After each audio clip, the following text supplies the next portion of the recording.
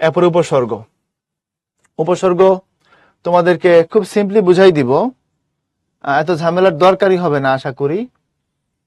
এখানে একটা স্লাইড নেই তোমাদের জন্য। উপসর্গ কি পড়ানোর দরকার আছে? আছে ভাই, আমরা পারি, তারপরে একটু পড়ান, তাই না? দেখো, সেই বিখ্যাত কিছু উদাহরণ আমি দিয়ে দিচ্ছি। দেখো, এই যে হার,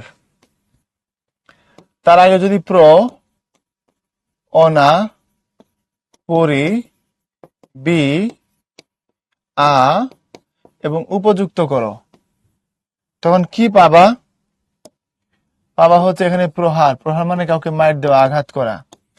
অনাহার মানে হচ্ছে না খায় থাকা। পরিহার মানে হচ্ছে ত্যাগ করা। এরপরে বিহার মানে হচ্ছে ঘুরতে যাওয়া। আহার মানে হচ্ছে খাবার খাওয়া। উপহার মানে হচ্ছে আনন্দিত হয়ে কাউকে কোনো কিছু দেওয়া। এখন এই হার, দেখো, মূলত হার একটা শব্দ। কেন হার শব্দ? কারণ হারের অর্থ আছে। হার মানে হচ্ছে অলংকার, আবার হার মানে হচ্ছে শতকরা, আবার হার মানে হচ্ছে পরাজয়। নো ডাউট যে হার একটা শব্দ। এখন হারের আগে যখন আমি এদেরকে যুক্ত করছি, যাদেরকে যুক্ত করছি তারা শব্দ না, তারা প্রত্যেকে হচ্ছে শব্দাংশ, ঠিক না? এবং এদের নিজস্ব অর্থ নেই, নিজস্ব অর্থ নেই, এবং এরা অন্য শব্দের পূর্বে বসেছে। কোথায় বসেছে? অন্য শব্দের পূর্বে বসেছে। সুতরাং এই সবার পরিচয়, এই যে এরা, এদের পরিচয় হলো এরা উপসর্গ। এরা পূর্ণ শব্দ নয়, এরা শব্দাংশ, এরা অন্য শব্দের পূর্বে বসে। তারা করছে কি? একটা ইন্টারেস্টিং কাজ করছে। তারা এখানে দেখো, এই যে তারা নতুন অর্থবোধক শব্দ তৈরি করেছে। বুঝছো? তাহলে উপসর্গ আমরা চিনলাম এখান থেকে। উপসর্গ হচ্ছে কিছু অব্যয়সূচক শব্দাংশ যাদের নিজস্ব অর্থ নাই, তারা অন্য শব্দের পূর্বে বসে, যেমন হারের পূর্বে বসছে, বসে নতুন অর্থবোধক শব্দ বানাইছে। এখানে সবগুলোতে তুমি হার পাবা, কিন্তু কোনোটার অর্থই পরাজয়, শতকরা বা অলংকার না। প্রহার মানে মার দেওয়া, অনাহার মানে না খায় থাকা, পরিহার মানে ত্যাগ, বিহার মানে ঘুরতে যাওয়া, বৌদ্ধ বিহারও হয়, আহার মানে খাওয়া, উপহার মানে হচ্ছে কাউকে আনন্দিত হয়ে কোনো কিছু দেওয়া। তাহলে আমরা উপসর্গের সিস্টেম বুঝলাম। পরবর্তী অংশে আসো, প্রশ্ন। প্রশ্ন যখন আসে, নরমালি উপসর্গের অর্থ জানতে চায়, অর্থ জানতে চায় প্রশ্নে। যেমন ধরো, আমি এখানে বললাম অপয়া, অপয়ার মধ্যে অ হচ্ছে উপসর্গ। এই অ মানে এখানে কুফা, তাই না? খারাপ, খারাপ মানে হচ্ছে নিন্দিত।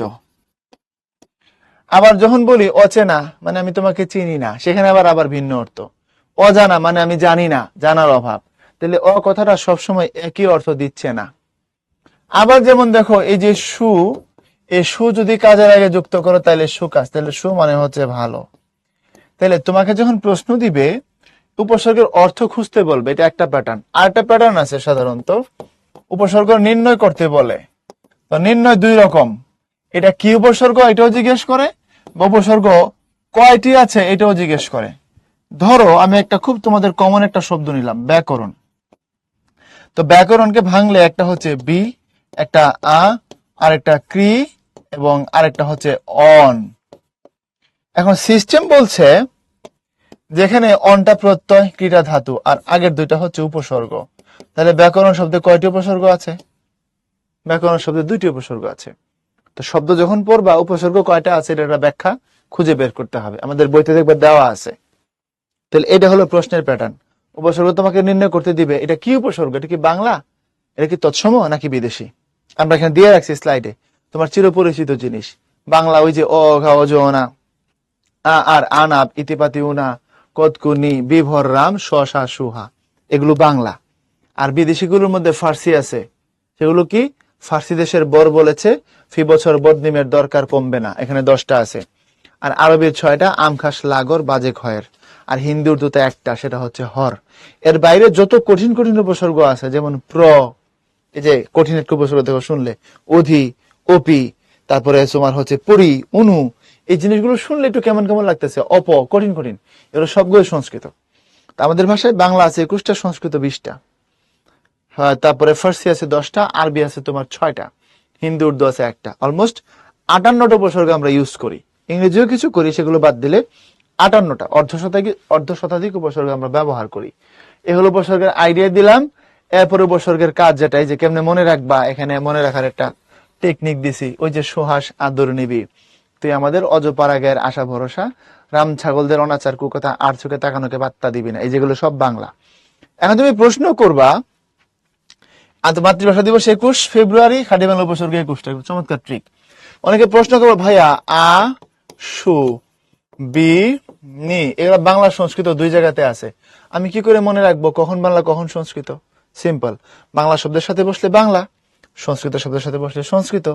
যেমন সু তার সাথে কাজ, এখানে সুটা হবে বাংলা কারণ কাজ বাংলা। তারপরে সু তার সাথে কণ্ঠ, এখানে এই সুটাকে তুমি সংস্কৃত ধরবা, কেন? কারণ কণ্ঠটা হচ্ছে সংস্কৃত বা তৎসম শব্দ। অর্থাৎ এগুলোর কোনো নির্দিষ্টতা নাই, বাংলার সাথে বসলে বাংলা হয়, সংস্কৃতের সাথে বসলে সংস্কৃত হয়, এই হচ্ছে কথা। তো খাড়ার উপরে মুখস্থ করে নিবা এই বাংলাগুলো। এরপর উপসর্গ যে শব্দ গঠন দিয়ে দিছি, অ থেকে শুরু করে কোন উপসর্গ দিয়ে কি হয়, এখানে শব্দটা এবং তার অর্থটাও দেওয়া আছে, সুতরাং এখানে আমার কিছু করার দরকার হবে না। এই যে অ উপসর্গটা নিন্দিত অর্থে অকেজো অপয়া, অভাব অর্থে অচিন অজানা অথই, ক্রমাগত অর্থে অঝোর অঝোরে মানে কেঁদেই চলেছে অঝোরে, অজানা দেশে গেলাম, অথই মানে থই নাই মানে পানিতে নামছি মাটি খুঁজে পাই না, অকেজো মানে এটা ভালো না খারাপ, অপয়া মানে কুফা, অগুছল মানে দেখতে ভালো না বা এলোমেলো অবস্থায় আছে। তাহলে আমি উপসর্গটাও দিলাম, কি অর্থ দিচ্ছে সেটাও বললাম, উদাহরণস্বরূপ শব্দটাও দিলাম। এটাকে ধরে ধরে টিপে টিপে একে একে করে প্রতিটা ওয়ার্ড ধরে ধরে বাদামের মতো পড়ে ফেলতে হবে। পড়লে তুমি বুঝতে পারবো উপসর্গের অর্থ। পরীক্ষা যদি দেয় কোন অর্থে প্রকাশ করছে, দেন তুমি এটা পারবা। ঠিক সংস্কৃত আছে এখানে দেখো 20টা, এবং 20টা মুখস্থ রাখার একটা ট্রিক দিছি। অভি অপি দুই বোন এখান থেকে শুরু করে একটা ট্রিক তোমার যেভাবে মনে থাকবে মুখস্থ করবা।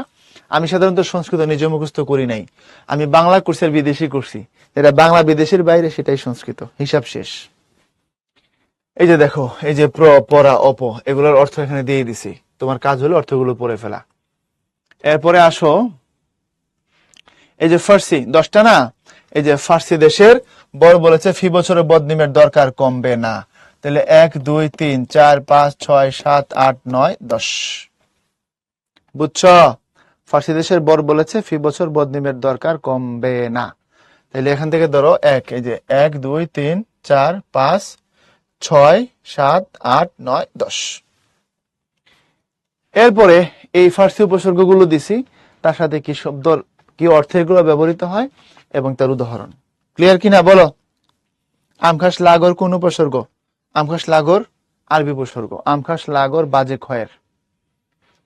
এই যে দেখো আরবির খয়ের খা খাস কামড়ায় আমজনতার গড় হিসাব নিলে অনেকে লাপাত্তা হয়ে যায় বাজে স্বভাবের কারণে। আরবি উপসর্গের শব্দগুলো দিয়ে তার অর্থগুলো দিয়ে রাখছি। অলমোস্ট তোমরা যদি মনে করো যে এটার পিডিএফটাই পড়বো, এটা পিডিএফটা পড়লেও তোমার একটা চমৎকার প্রিপারেশন হওয়ার কথা। তোমরা কি করতেছো আমি জানি না, আমাকে অনেকে নক দিচ্ছে মেসেঞ্জারে, ভাইয়া প্রিপারেশন হচ্ছে না, ডিপ্রেশনে চলে গেছি। একজন বলতেছে যে আমি উইকলিতে ভালো করতে পারতেছি না।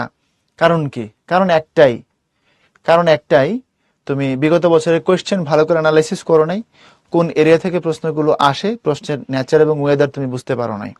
আর তার সাথে একটা সবার কমন যে রোগ, একদম কলেজার মধ্যে যে রোগটা সবার আছে লিভারে, সেটা হচ্ছে বেসিকে গোলমাল। কারণ একাডেমিক লাইফে প্রচুর ফাঁকি দিয়ে আসছো, ম্যাক্সিমাম। যারা ফাঁকি দেওনি জানো, তারা তো চমৎকার করতেছো এবং তারা করবাও।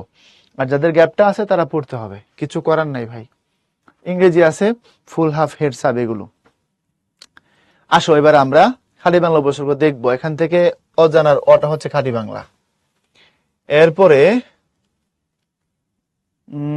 যেটা, এটা তো বাংলা হইতে পারে সংস্কৃত হইতে পারে, সুতরাং যেটা পিওর খাঁটি বাংলা। এটা আসছে কখন? ঢাকা ইউনিভার্সিটিতে গতবার আসছে। দেখো কত সহজ প্রশ্ন আসছে। খাঁটি বাংলা উপসর্গ নির্ণয় করতে বলছে, তোমাদের বলছিলাম নির্ণয় থেকে আসে কি উপসর্গ, এই যেটা দেখছো একদম লেগে গেছে ডিরেক্ট, গতবারের প্রশ্ন, তাজা প্রশ্ন। শব্দের আগে বসে উপসর্গ, এটা না পারলে বিশ্ববিদ্যালয় তারে যেন না নেয়, সেজন্য যদি এটা না বুঝে উপসর্গ বসে আগে, প্রত্যয় বসে পরে। কোন দুটি উপসর্গ শব্দের উপসর্গদের বিপরীত ধর্মী অর্থ প্রকাশ করেছে? প্রচেষ্টা, প্রভাত, উপবন, উপবেশন, অকুণ্ঠ, অসীম, অপরূপ, অপদেবতা। অপরূপ মানে অনেক সুন্দর, অপদেবতা মানে হচ্ছে খারাপ দেবতা। তাহলে একই উপসর্গ এখানে বুঝাইছে ভালো, গুড অর্থে, এখানে বুঝাইছে খারাপ অর্থে। অপশব্দটা সবকিছুতেই খারাপ বোঝায়, শুধু অপরূপ বললে ভালো বোঝায়, সেখানে বিপরীত অর্থ প্রকাশ করেছে। নিচের কোনটির অর্থবাচকতা নেই, অর্থদ্যোতকতা আছে, এটা কোনো কথা হইলো? ঢাবিতে এই প্রশ্ন আসছে, তুমি সারা জীবন যেটা পড়ছো সেটা হচ্ছে উপসর্গ। তাহলে আত্মবিশ্বাস আসছে, পড়লে কাজ হবে হবে। অর্থবাচকতা নেই মানে নিজে অর্থ প্রকাশ করে না, অর্থদ্যোতকতা আছে মানে সে অন্যের অর্থকে চেঞ্জ করে ফেলে। একাডেমিকে এই প্রশ্ন সব প্রত্যেকে পড়ে আসছো। বেড়ান অর্থ প্রকাশ পেয়েছে কোনটি দ্বারা? বিহার, তোমাদের বলছিলাম বিহার মানে ঘুরতে যাওয়া। এটা আসছে হচ্ছে রাজশাহীতে। বিধবা অর্থে বি, ইতিবাচক বিধবা শব্দে বি, নেই অর্থে জামাই নাই। উপসর্গের কাজ কি? নতুন শব্দ গঠন করা। প্র, উপসর্গটা তৎসম বা সংস্কৃত। সুধীর শব্দটিতে সু উপসর্গটা কি অর্থে প্রকাশিত হয়েছে? সুধীর, সুধীর আতিশয্য মানে বেশি বেশি, সুধীর মানে ধীরে সুস্থে চলতে পারে, প্রপারলি, পারফেক্টলি। কোন উপসর্গটা ভিন্নার্থে প্রযুক্ত? প্রতিপক্ষ, প্রতিদ্বন্দ্বী, প্রতিবিম্ব, প্রতিবাদ। ভিন্নার্থে প্রতিবিম্ব, প্রতিবিম্ব মানে হচ্ছে আমাদের একটা বিম্ব, আর প্রতিপক্ষ বিরোধ, প্রতিদ্বন্দ্বী বিরোধ, প্রতিবাদ বিরোধ, মানে তিনটার মধ্যে বিরোধ অর্থে আর কি, আর এখানে ওই অর্থে না, বাকি তিনটার অর্থ সেম। আশুবিনী কোন ধরনের উপসর্গ? খাঁটি বাংলা তৎসম মানে ক এবং গ নিলাম আমরা। এরপরে ব্যবহার শব্দে কোন কোন উপসর্গ আছে? ব্যবহার, ব্যবহারের মধ্যে আছে হচ্ছে তোমার বি আর অব। এরপরে হচ্ছে নিচের কোন শব্দ হচ্ছে খালি বাংলা উপসর্গ যত? বিভুই, বিপদ, বিশুদ্ধ, আকারা সুনাম নিখাত, আকারা সুনাম নিখাত, এই যে আ সু নি। 19 বই মনীষীদের বই থেকে হুবহু। খয়ের খা নিম্নরেখা উপসর্গটি কোন ভাষা থেকে আগত? বিদেশি ভাষা থেকে আসছে এবং আরবি থেকে আসছে। অভিসার নিম্নরেখা উপসর্গে ব্যবহৃত হয়েছে সম্মুখ গমন, সম্মুখার্থে, প্রকৃষ্টার্থে। অভিসার মানে হচ্ছে গমনার্থে, কোথাও যাওয়া। অভিসারে যাওয়া মানে ডেটিং এ যাওয়া, ঠিক আছে? ডেটিং কথার ঠিক বাংলা হচ্ছে অভিসার। ওকে।